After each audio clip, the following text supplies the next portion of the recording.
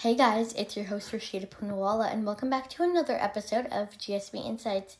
Today, I'm excited to welcome Austin Provancher. Austin has a unique career journey beginning in the U.S. Army before transitioning into Wall Street. He went on to hold roles at HSBC and JP Morgan and now works at Goldman Sachs, where he helps drive strategy, growth, and risk management across the firm's derivatives business. In today's conversation, we will discuss his transition from the military to finance, the role of derivatives in global markets, and how AI is transforming the financial industry, as well as the skills students need to succeed in today's rapidly evolving market environment. Austin, welcome to GSB Insights. It's an honor to have you here. Thank you, Rashida. No, looking forward to the conversation and let's dive in. Yeah. So you began your career in the U.S. Army. So how did that experience shape the way you approach decision-making, risk assessment, and leadership today? And if you kind of want to touch on what it was just like being in the U.S. military. Yeah, absolutely. Look, I think the military first, I think is a great foundation for anyone. It really gives you the fundamentals that you just may not learn growing up, right? With regards to whether it be in school or sports, it's just it adds another layer to sort of who you are. So it was a really, for me, military was a rewarding privilege. I came from a very patriotic family, and I did almost 10 years, right, serving in different capacities, starting in sort of like police investigations work, and then turning into intelligence, and kind of being deployed in different areas such as like Guantanamo. It was really it was a great privilege. And so with that, to kind of talk about leadership and decision making, to your question, I think it all sort of comes together. And to think about, I am of the camp of one needing to master followership, right? Like, to be a great leader, you have to become and have the ability to be a follower that provides impact, is high performing. So sort of mastering the ability to be a follower, a good follower. And what one may ask themselves, what is a good follower, right? I think it's one taking the approach of being more active than passive, right? Having the discipline to, and commitment to the mission, to the team, showing up, being motivated, I think are all characteristics that will, really help you one day be that leader that you may or may not want to be, right? So what I learned in service, I could probably break down into like three core pillars, right, that I draw from even today at Goldman Sachs, right? That would be humility, and that's like recognizing that, I may not have all the right answers. So being able to pull on the team, the great teams that I work with across the firm, whether it be in global markets, whether it be in our other divisions like asset wealth management, whatever the case is, we really have the ability to pull and have that humility to tag in your colleague when necessary, right? Because I know I don't know everything, and I learned that growing up through the ranks, as we would say in the military, right? I think another component is discipline. Having extremely high standards, executing and adding value even when no one else is watching. That's a pillar that I learned very early on. Still very true here, right? We're dealing with very complex, things in finance at large, and we are being trusted with various different pockets of whether it be, IP within the firm, whether it be client, capital, whatever the case is, or whatever your role is. Like, we're being, handed a tremendous amount of responsibility, and we want to approach that diligently in a governed way and taking the best approach, right? Having a risk mindset always, I think, is very important. And then I think the last of the three pillars, I touch on humility, I touch on discipline, and I think empathy, right? Understanding the challenges and different perspectives. Coming from a very small town in upstate New York, going away to the military, I've seen different walks of life, and that diversity really has kind of ingrained within me and given me a lot of perspective, especially now in more of a management seat. I'm able to really pull on that and understand that, we're all people at the end of the day, and working together and being a team really gets things done. So, look, military has been a great opportunity. I would recommend it to anyone. And I hope that answered your question, Rashida. Yeah, I think that as well, just like in being a leader, you kind of need to be able to also rely on your team and realize that like you can't kind of do everything on your own. Because like I know for me personally, like I'm a leader of a few different club organizations, and to kind of rely on that team that you have to help with their inputs and ideas for a different event or things that you're doing, I think it's super important to have like the same path and same journey and have had the same experiences, and to learn from each other's experiences, I think is also such a valuable lesson. Absolutely. And I'm sure we'll get into journey later on, and maybe we can talk about that there's not really a straight line, right? Like there's going to be ebbs, there's going to be flows, there's going to be peaks and valleys throughout our journey. But it's how we handle it and approach it. I think that will really make us stand out and be really a value add to any organization or friend group, etc. Yeah, of course. So what inspired your transition from the military to finance? And I mean, you kind of touched on this, but what type of like lessons from the Army have you carried into your career on Wall Street? Yeah, it's a good question. And so in my role at GS, I also have the privilege of co-leading the veterans organization. So we have, 2,000 plus veterans across the globe. And, I truly see very similar themes kind of scattered throughout, where I guess in my own way, I was contributing to a very big picture in the military. And I wanted to align myself with the team that I thought was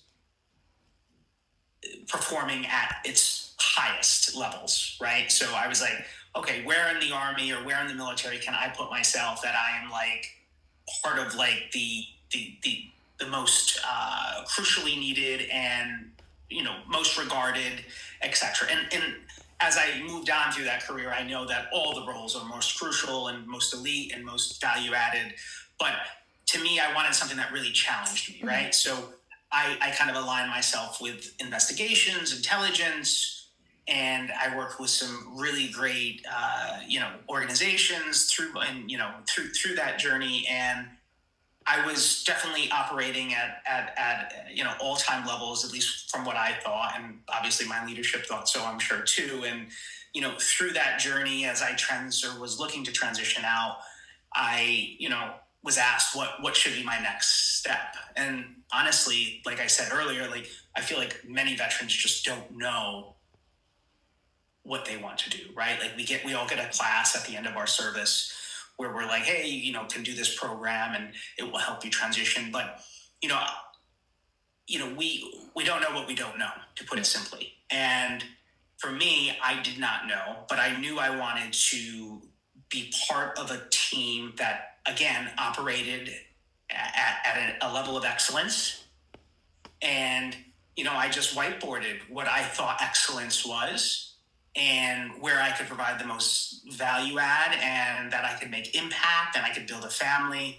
And, it kind of boiled down to the journey of grad school, where I had the opportunity to come to Gabelli and learn with some of the most brilliant minds that I know. And, I have to call out some of the deans there, Francis, for example, who oversees the MBA program on the executive level. And, just folks like that were super crucial for me to understand, that, having this type of degree and then potentially exploring financial services would kind of fill that void, right? So fast forward, I do MBA, it's an evening program, right, or weekend program, and then I get the opportunity to go to HSBC, and I'm starting to dabble in financial services and in the sales, trading, management, client service roles, and I start seeing how markets work.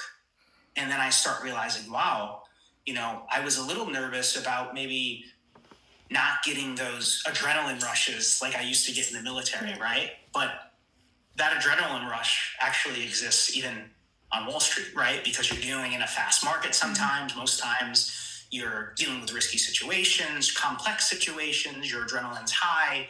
And, for me, it was a very similar feeling. And fast forward from HSBC to JPM and then now here at Goldman, it's funny because I remember sort of a senior leader recruiting me for the role that I'm in now. And I always joke with her about this question and my response now, but she says, she's looking at the CV and she goes, "Wow, you've done some very interesting and exciting things. I don't know if the excitement's going to be there, similar to what you've done in the military, maybe." And I paused and I was like, oh gosh, I have to sell myself that this is going to be exciting enough now. And it stands true, right? Like, it is exciting. You're dealing with financial markets. You're dealing with a changing environment every day. There's always a new product, always a new theme. And being at that front seat keeps the adrenaline high, keeps my excitement. And sort of it's all kinds of, it comes down to a very blended background that I feel is just perfectly aligned. Yeah, and first of all, I want to say thank you for your service in the military. And then also, I feel like, I guess, would you say that your definition of kind of excitement has kind of changed? I mean, it's still there in what you're doing now versus what you were doing in the military, but that definition of kind of excitement obviously has changed with kind of the career path now, like you're going down. And I mean, I feel like Wall Street is a very exciting place to be because, as we were discussing kind of earlier, there's always something going on within the markets, especially being on the trading floor with something or the other always going on, whether that's with the geopolitics or even just within the markets themselves. There's always something happening, and which leads it to be kind of a very exciting, kind of high stress at times spot to be. But I personally enjoy it, and I'm sure you feel the same way. I do. I think it's always changing. It's forever changing. It's what keeps the lights on and folks engaged and motivated. So it's a great seat to be in, and I would recommend it to anyone that seeks that type of environment. Yeah. I'm not saying it's always, and to caveat my personal view, all of this is my personal view, of course, not Goldman's view, but I would say my personal view is that it's not going to always be rosy, right? We're going to, again, have the peaks and the valleys, but it's the team that you're around, it's what you align yourself with and who you surround yourself with, and the business that you're interested in. Like, it's always changing, so it's just an exciting time to be in financial services for sure. Yes. On Wall Street. Agreed. So you've held a bunch of different roles at HSBC, JP Morgan, and now at Goldman Sachs. Looking back, what were some of the biggest challenges you faced early on in your career of financial services, and what helped you differentiate yourself from such competitive environments? Yeah, no, this is a good question. I would say, I mentioned, earlier that I work with a lot of super motivated and driven veterans. I look at sort of their journey. I look at my journey, and they're all very similar, right? Like, I'll speak for myself now. Joining the military at a very early age, transitioning out into an analyst role at an older age versus the peer group that probably are analysts to my left and right.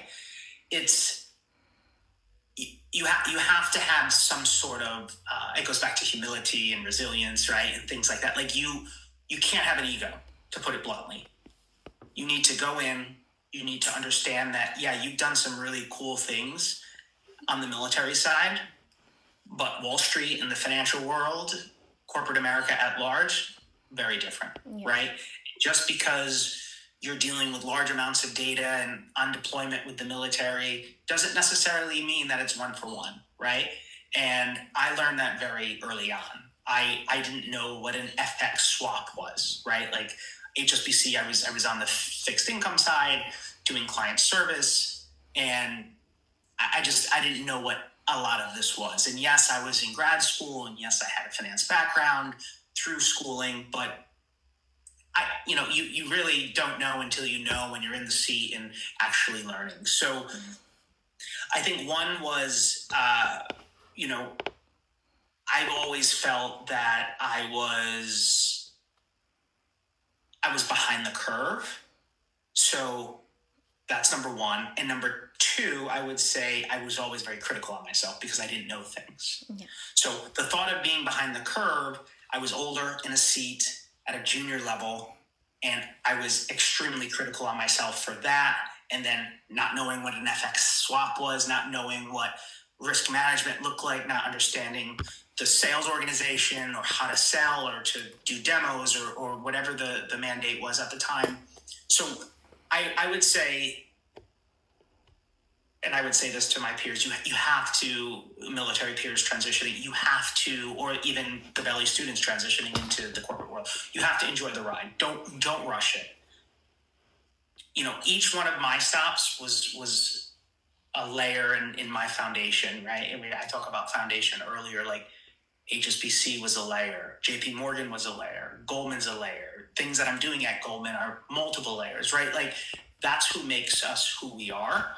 And it just rounds us out as being a really great person, right? And a knowledgeable person, having knowledge as a person, it really helps. So I would say, if I could turn back the clock, if you asked me if I could turn back the clock, I'd be a little bit lighter on myself. I would enjoy the ride a little bit more, not rush it. But I then also have to say it worked for me, right? I maybe if I wasn't those things, maybe I wouldn't have gotten to the seat that I'm in now.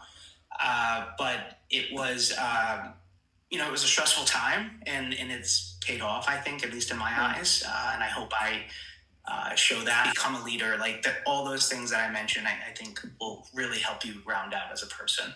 Yeah, and I think what you said, it was super important, actually really great for me, and I'm sure my peers who listen to this, to hear that you kind of have to enjoy that journey, especially you feel like you're struggling or you're behind. You just kind of have to kind of live in that and kind of write it out, because at one point you will reach a point where you maybe do hopefully know, I wouldn't say know it all, but know more than you currently do. And I feel like you learn a lot in those like initial stages of just like starting a career in, I guess, finance, but I think anything as well, where you kind of just like kind of don't know. But I feel like there's also kind of like a joy in knowing that, oh, there's still so much I can still learn. Yep. And you're constantly, Absolutely. and that you're like constantly learning something new every day. Okay.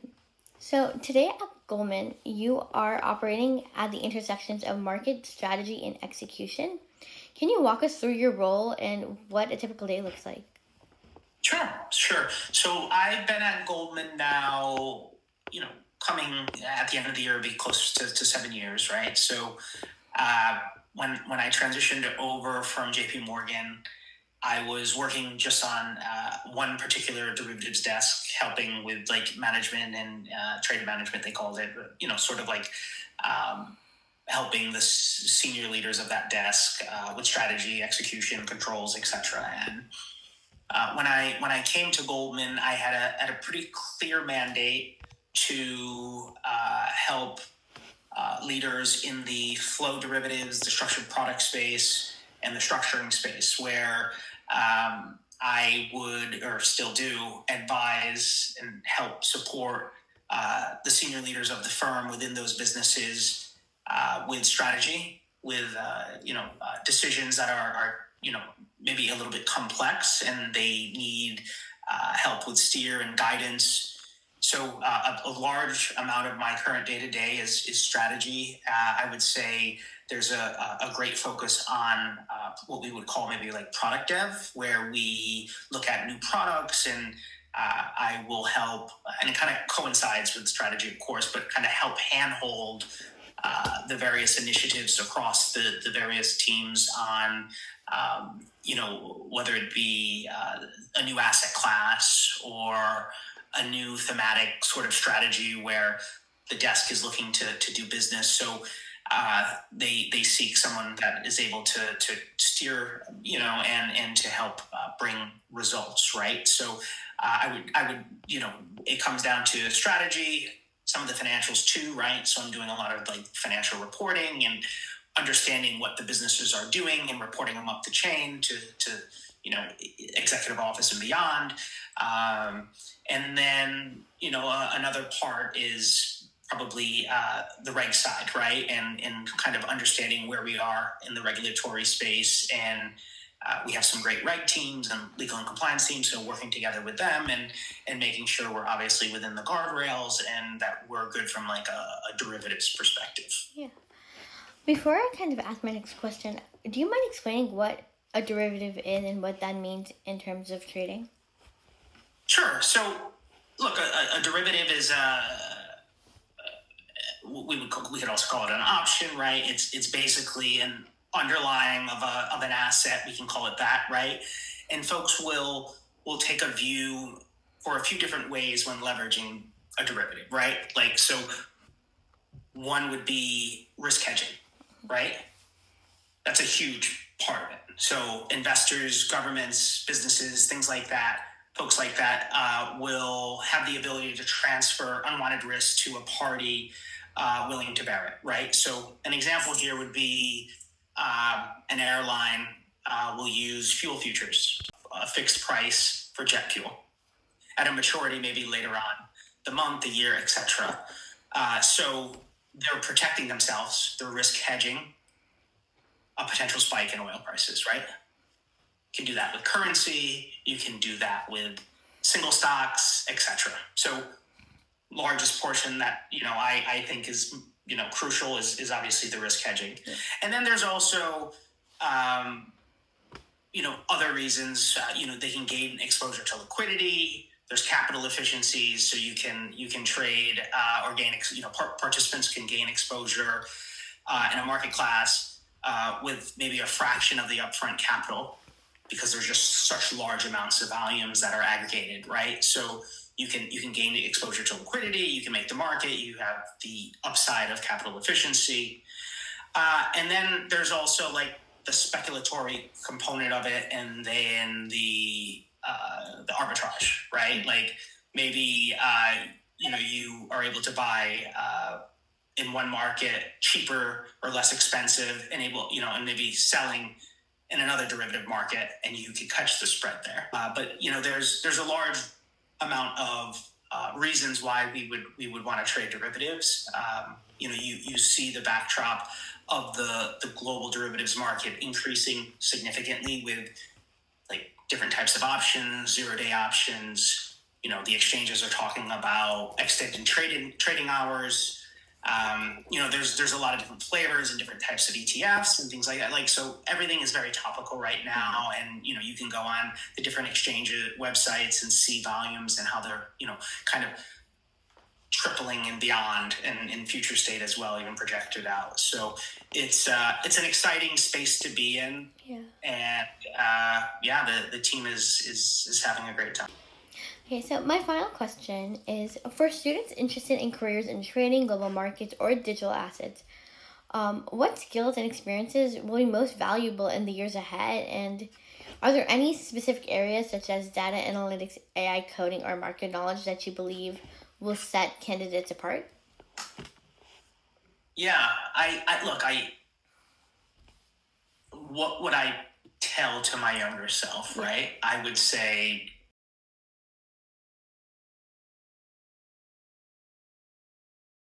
on AI and taking classes of LLMs and understanding sort of what agentic AI agents are doing and like how to leverage that, I think super important.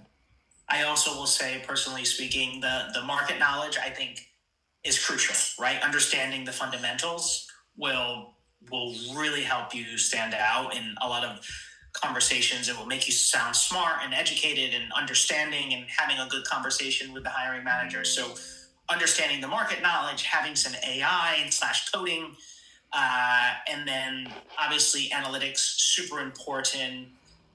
I think all of these are crucial to make you a rounded candidate. I would, always say any type of like extracurricular coursework. There's a lot of different programs out there. Just doing that on your own time, right? If you're motivated enough to want to understand, and it will just arm you to be more dangerous in those conversations, right? In addition to that, I'd say, you know, the finance clubs at school certainly will help you stand out, right? If you're part of the finance club and maybe you're helping manage, one of the school's funds or something like that, on your CV will definitely, I'm sure, raise an eyebrow to the hiring manager and give it thought to have a conversation with you. There's just so many applicants across the street, and just a finite amount of roles, right? So appreciate and understand that it's super, super challenging, but you need to make yourself stand apart, right? Like, I'll never forget there some CVs I've read through the years, and again, being funny here, but it was truly on a resume, and it was like national hot dog eating contestant on Coney Island or something, right?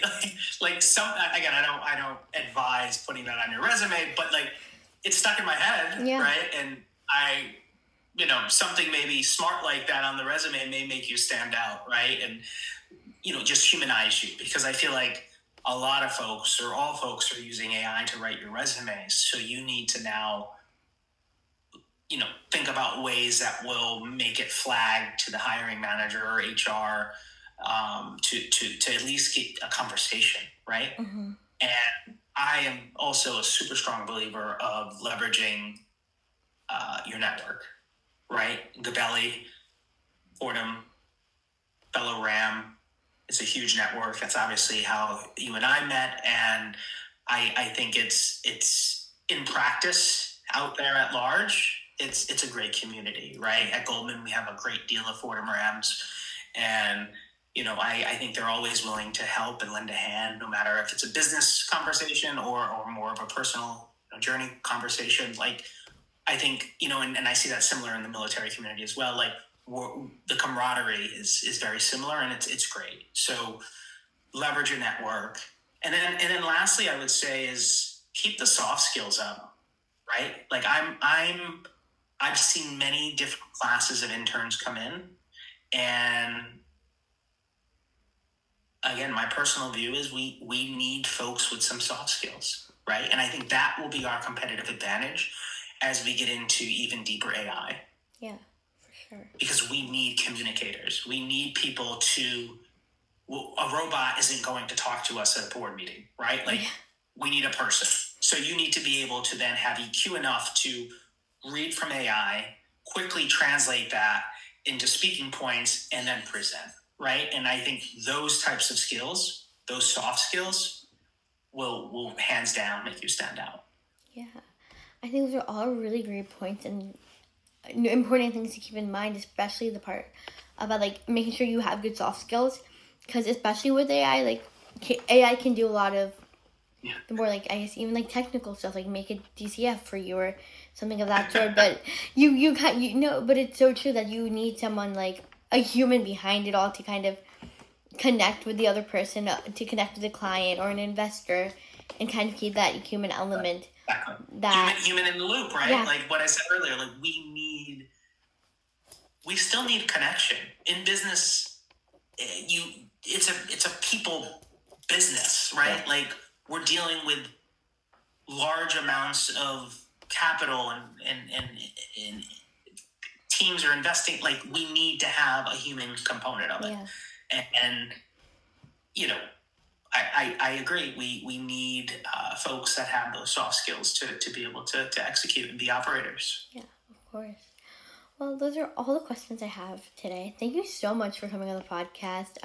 I thoroughly enjoyed this conversation and learned a lot, but thank you again. Thank you, Rashida. Look forward to chatting again. Go Rams, right? Yeah.